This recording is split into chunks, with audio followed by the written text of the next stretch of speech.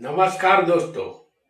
ज्योतिष का सफर देखने वाले सभी भाई बहनों को नरेश गांधी का सादर प्रणाम। ये हमारा 294वां एपिसोड है जिसका नाम है कुंडली के केंद्र स्थान पार्ट 3। इस सीरीज का पहला और दूसरा पार्ट आप देख चुके हैं जिसमें केंद्र में सूर्य, चंद्र, मंगल, बुध, गुरु और शुक्र के फल हम जान चुके हैं। आज हम तीसरा और अंतिम पार्ट 3 आपके लिए लाए हैं। कुंडली के केंद्र स्थान जिसे विष्णु स्थान कहते हैं। केंद्र स्थान के मालिक यदि आपकी कुंडली में शुभ ग्रह बन रहे हो तो वह शुभ फल नहीं देंगे। यदि केंद्र के मालिक अशुभ ग्रह बन रहे हो तो वह अशुभ फल नहीं देंगे। यह ज्योतिष का एक प्रचलित नियम है। इसे आप हमेशा ध्यान में रखेंगे तो फलादेश सत्य के निकट आपको ले जाएगा। कुंडली के केंद्र स्थान को अति महत्वपूर्ण माना गया है। पहला, चौथा, सातवां और 10वां इसे केंद्र स्थान कहते हैं। केंद्र में शुभ ग्रह बलवान हो तो आप धनवान बन सकेंगे और केंद्र में उच्च के पापी ग्रह यदि होंगे तो आप धनवान तो बनेंगे लेकिन बाद में गरीब भी बनेंगे। आइए इस एपिसोड में हम केंद्र में आने वाले शनि, राहु और केतु के फल को भी जान लेते हैं। हम आपके सामने कुंभ लग्न की कुंडली ला रहे हैं। आपका कोई भी लग्न हो सकता है। आपको सिर्फ केंद्र स्थान याद रखना है। सबसे पहले हम शनि को नजदीक से जानेंगे। शनि हमारे सौर मंडल में सबसे दूर का ग्रह शनि है। शनि को सूर्य पुत्र भी कहते हैं। सूर्य प्रकाश है, शनि अंधकार है। आप सूर्य के प्रकाश की तरफ आगे बढ़ेंगे तो आपके पीछे पीछे कोई और भी आगे बढ़ रहा होगा। वह होगा आपका हमसाया यानी आपकी परछाई। यह परछाई और कोई नहीं है, शनि है। शनि काल पुरुष का दुख है जो हमसे हमेशा के लिए जुड़ा रहता है। सूर्य आरोग्य देता है तो शनि दुख देता है। इस दुनिया में कोई भी शख्स दुखी दिखाई देता हो तो हमें समझ लेना है कि इसे दुख शनि ने दिया है। शनि गरीबी, दुख और मृत्यु का कारक माना गया है। शनि आलसी प्रकृति और तमोगुणी है। वह संतोषी और नीच प्रकृति का ग्रह है। वह दंभी, कठोर और दयाहीन, झूठा, लोभी, षड्यंत्रकारी, अपवित्र और वृद्धावस्था का ग्रह माना गया है। आयुष्य पर शनि का अधिकार है। दरिद्रता, नौकरी, सेवा, गुलामी पर शनि का राज चलता है। दीक्षा, विपत्ति, चोरी, परिश्रम पर शनि अपना काबू रखते हैं। लंगड़ाहट और तेल पर शनि का अधिकार है। इतनी जानकारी के बाद अब ये जानेंगे कि शनि आपकी कुंडली में यदि केंद्र में होगा तो वो कैसा फल देगा, इसे भी हम जानते हैं। पहले शनि यानी केंद्र स्थान में पहले शनि होगा तो ये आपका शरीर है। यदि तुला, मकर या कुंभ का शनि केंद्र में आपकी कुंडली में होगा तो ये बलवान शनि होगा। ये ऐसा शनि आपको राजा बनाएगा क्योंकि केंद्र में बलवान शनि सस योग का निर्माण करता है। शनि की गति सबसे ज्यादा धीमी है। परिणाम स्वरूप 50 साल की उम्र के बाद ये शनि राजा जैसा जीवन देता है। शनि अन्य राशि का लग्न में होगा तो आपका जन्म किसी गरीब माता पिता के यहाँ हुआ है, ऐसा समझना है। पहले शनि आलसीपन, अशिष्टता और सबका विरोध करने की आदत वाला बनाता है। आप सलीके से कपड़े नहीं पहनेंगे, स्वच्छता की तरफ बेदरकार आप रहेंगे। आत्मविश्वास आपके अंदर गजब का होगा। दूसरों का अनुकरण आप अवश्य करेंगे। मिलने वाले मौके का फायदा आप उठा नहीं पाएंगे। इसका कारण आपकी लापरवाही होगी। जीवन एक संघर्ष है। यह सूत्र आपको सदा याद रखना होगा। शनि केंद्र में यदि आपकी कुंडली में चौथे होगा तो यह माता, मकान और वाहन का स्थान है। इस स्थान का शनि आपको कपट कला में उस्ताद बनाएगा। आपके हृदय में कपट रहेगा। आपको अपनी माता से विरोध रहेगा या माता से हमेशा अनबन रहेगी। आप आलसी और सुख रहित बनेंगे। सुख और आनंद आपसे दूर ही रहेंगे।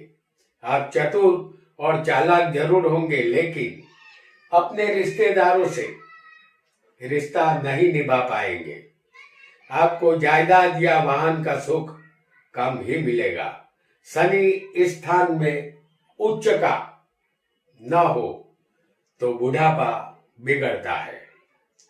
शनि केंद्र में यदि सप्तम स्थान में हो तो यह पत्नी, व्यापार और भागीदारी का स्थान है। शनि इस स्थान में होगा तो आपकी शादी देर से होगी। शादी में विलंब होगा।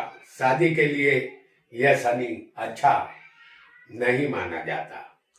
पहली शादी का यह शनि भंग करता है। पति पत्नी उम्र में कम से कम 8 साल बड़े या छोटे हो सकते हैं, यानी कि 8 साल का फर्क यहाँ दोनों की उम्र में रहता है। यहाँ पति पत्नी दोनों गेहूं वर्ण के होते हैं। स्थान का शनि व्यापार में धीमी गति से कामयाबी देता है। शनि यदि केंद्र में 10वें स्थान में किसी की कुंडली में हो सकता है तो 10वें केंद्र में शनि होगा तो यह स्थान कर्म और सत्ता का है। इस स्थान में शनि उच्च का या स्वग्रही बलवान होगा तो आप आसमान की ऊंचाइयों को छूना पसंद करेंगे। हालांकि शनि कर्म फल दाता है। जब तक कर्म आपके अच्छे रहेंगे आप ऊंचाई पर रहेंगे। जैसे ही कर्म खराब होंगे शनि ऊंचाई से गिराकर गरीबी की खाई में धकेल देता है। नौकरी, पद, सत्ता, मोटर गाड़ी, बंगला सब कुछ चला जाता है। इस स्थान का बलवान शनि राजनीति में भी ले जाता है और धनवान बनाता है। फिर भी जीवन में अनेक बार उतार चढ़ाव आते हैं। जीवन अस्थिर रहता है। अब जानेंगे केंद्र में यदि किसी को राहु आ जाएंगे तो उनके फल जान लेते हैं। राहु केंद्र में होगा यानी पहले, चौथे, 7वें या 10वें स्थान में, तो राहु का फल अब हम केंद्र में जानेंगे। राहु केतु कोई आकाशीय पिंड नहीं है।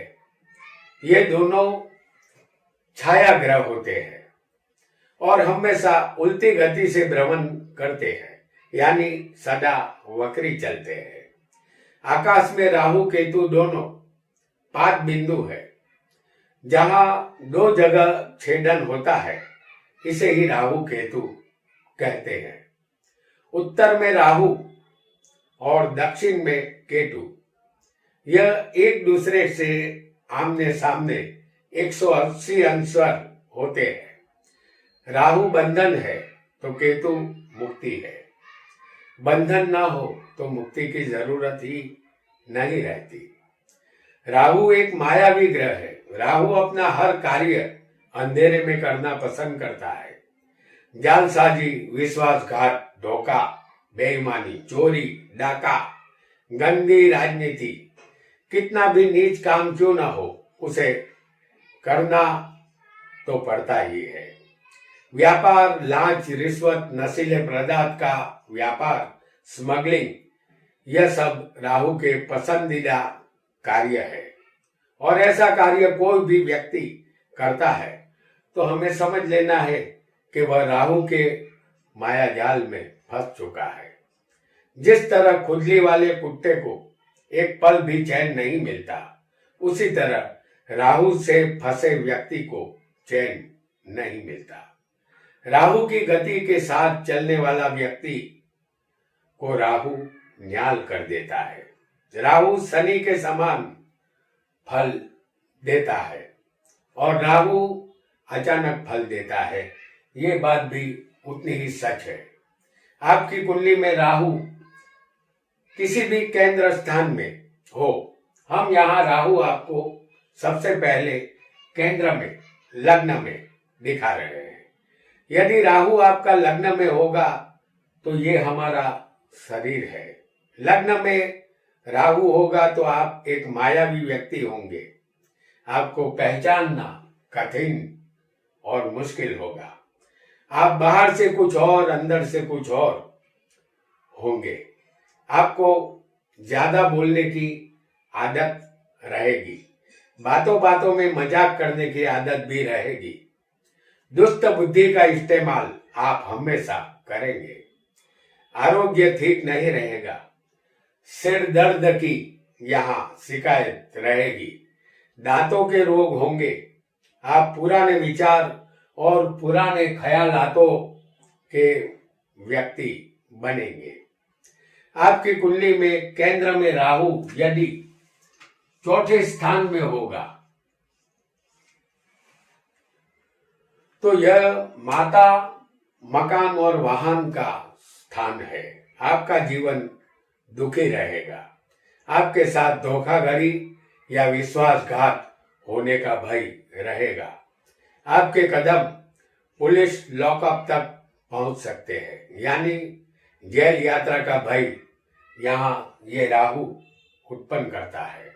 अपनी माता और पत्नी के सुख से इस स्थान का राहु वंचित रखता है या माता या पत्नी से दुख मिलता है। इस स्थान का राहु मूर्ख बनाता है और साथ ही चरित्रहीन भी बनाता है। ज्यादातर आप उस डाली को ही काटेंगे जिस पर आप बैठे होंगे। चौथे राहु आपके बुढ़ापे को बिगाड़ता है। आपकी कुंडली में 7वें केंद्र स्थान में यदि राहु होगा तो यह स्थान पत्नी और व्यापार का है। आपको कर्कश और झगड़ने वाली पत्नी यहाँ मिलती है। चरित्र और स्वभाव पत्नी का दुष्ट होता है। पत्नी की मृत्यु हो जाने से विदूर होने का भय उत्पन्न होता है। आपके जीवन में अनेक स्त्रियों के आगमन से और जातीय संबंधों के कारण आप बर्बाद होंगे। आपकी बर्बादी का कारण आप खुद ही बनेंगे। किसी से व्यापार में भागीदारी करने से नुकसान होगा। पार्टनर यहाँ धोखेबाज निकलेगा। आपकी कुंडली में केंद्र में यदि 10वें राहु बैठा हो तो ये स्थान कर्म और सत्ता का है। 10वें राहु आपको गंगा स्नान का पुण्य देगा। आप एक दिन गंगा किनारे जाकर गंगा स्नान का अवश्य लाभ उठाएंगे। 10वें राहु राजयोग करता है। आपका इस दुनिया में आज की तारीख में एक भी दुश्मन नहीं होगा। यदि कोई भूले से आपसे दुश्मनी करेगा तो आपको कुछ भी नहीं करना है, राहु आपके दुश्मन का काम तमाम कर देगा। इस स्थान का राहु नौकरी या धंधे में परेशानी देता है। आप अन्य का धन छीन लेने की मनसा वाले कामी इंसान बनेंगे। अब जानेंगे केतु के विषय में। केंद्र में यदि किसी को केतु आ जाए तो उसका फल कैसा रहेगा, इसे भी हम जान लेते हैं। केंद्र स्थान पहला, चौथा, 7वां और 10वां इसे कहते हैं। अब जानेंगे केतु के विषय में। केतु मुक्ति की तरफ ले जाता है और राहु बंधन में बांधता है। राहु तमाम पृथ्वीवासियों को जन्म जन्मांतर के मोह जाल में बांधकर रखता है। 84 लाख योनियों में अवतार लेने के बाद हमें यह मनुष्य देह मिला है। इस देह के द्वारा हमें अच्छे कर्म करने के बाद ही हमें मोक्ष मिलता है और मोक्ष केतु के बिना नहीं मिलता। राहु संसार के बंधनों से जोड़ता है, जबकि केतु हर बंधन को काटकर मोक्ष की तरफ ले जाता है। लेकिन केतु के पास प्यास है, वह तड़प देता है। जिस स्थान में यह बैठ जाता है उस स्थान संबंधित प्यास खड़ी करता है। यह बिना माथे वाला ग्रह है, इसके पास दिमाग नहीं है। केतु यदि लग्न में केंद्र में पहले स्थान में होगा तो यह स्थान आपका शरीर है। आप विचित्र स्वभाव के होंगे। आप औरों से हटकर अलग टाइप के व्यक्ति होंगे। अन्य में और आप में एक फर्क होगा। यह फर्क दूसरे व्यक्ति को तुरंत नजर आ जाएगा। झूठ बोलने की आदत आपकी रहेगी। आपके मित्र खराब होंगे। वायु संबंधित रोग आपको परेशान करेंगे। आपका शादीशुदा जीवन में बार बार दुख आएंगे। आपके द्वारा आपके भाइयों को भी दुख मिलेगा। चमड़ी का दर्द रहेगा। शिक्षण अच्छा मिलेगा और कमर का दुखावा भी आपको रहा करेगा। केतु यदि आपकी कुंडली में चौथे स्थान में बैठा होगा तो यह स्थान माता और मकान और वाहन का है। इस स्थान का केतु घर मकान की चिंता करवाता है। माता का सुख कम ही मिलता है। अपने वतन का त्याग करना पड़ता है। पराये शहर या देश में जाकर बसना पड़ता है। दुख से रिश्ता हमेशा जुड़ा रहता है। जीवन में बार बार उतार चढ़ाव आते रहते हैं। दुखों का कारवां चलता रहता है। पिता का धन भी नष्ट हो जाता है। एक ही घर में लंबे समय तक आप रहेंगे। मृत्यु के लिए इंतजार यहाँ चौथा केतु करवाता है। मृत्यु आसानी से नहीं मिलती। किसी एकांत जगह में जहाँ कोई मौजूद न हो वहाँ आपकी मृत्यु होती है। और जिस मकान में आप रहेंगे वह मकान ऊंचाई पर होगा। यानी कि या तो आप फ्लैट में बसेंगे या एक ऐसे मकान में जिसके ऊपर कम से कम एक माला अवश्य होगा। यदि केतु सप्तम स्थान में होगा किसी की कुंडली में और केंद्र में, तो यह स्थान पत्नी और व्यापार का होता है। इस स्थान का केतु यात्रा या मुसाफरी में चिंता करवाता है। शत्रु आपको भयभीत रखेंगे। शादी देर से होती है। शादी के बाद दाम्पत्य जीवन में अपनी पत्नी से आपके मतभेद रहते हैं। किसी भी कारण से पत्नी से वियोग होता है या पत्नी हमेशा बीमार रहा करती है। अनैतिक संबंध बनेंगे। कमर दर्द रहता है। आपके विचार ठीक नहीं रहेंगे। अपने विचारों को सही रखना होगा। धंधे या व्यापार में घाटा होने की संभावना यहाँ बनेगी, क्योंकि ये 7वां स्थान पत्नी और व्यापार का भी होता है। यदि आपकी कुंडली में केतु 10वें स्थान में मौजूद होंगे तो यह स्थान कर्म और सत्ता का होता है। इस स्थान में केतु पिता का अल्प मात्रा में सुख देता है। वाहन से आपको पीड़ा सहनी होगी। आप कलाकार या एक अच्छे कारीगर बन सकते हैं। जीवन में अनेक संघर्षों का सामना आपको करना पड़ता है, फिर भी आप नसीबदार व्यक्ति बनेंगे। पुत्र संतान कम मिलेंगे। यदि पुत्र होंगे तो उनसे संबंध कम ही रहेंगे। मुसाफरी प्रवास होंगे, लेकिन अपने वाहनों से आपको दुख मिलेगा।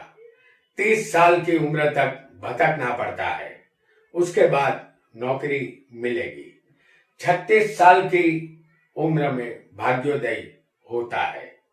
42 साल की उम्र के बाद मान सम्मान आपको मिलता है। तो दोस्तों, आज हमने कुंडली के केंद्र स्थान पार्ट 3 को समझा। केंद्र में शनि, राहु और केतु कैसा फल देंगे इसे भी जाना। यहाँ यह सीरीज समाप्त होती है। इसके तीनों पार्ट आप देख चुके हैं। आज इतना ही। आपका बहुत बहुत धन्यवाद।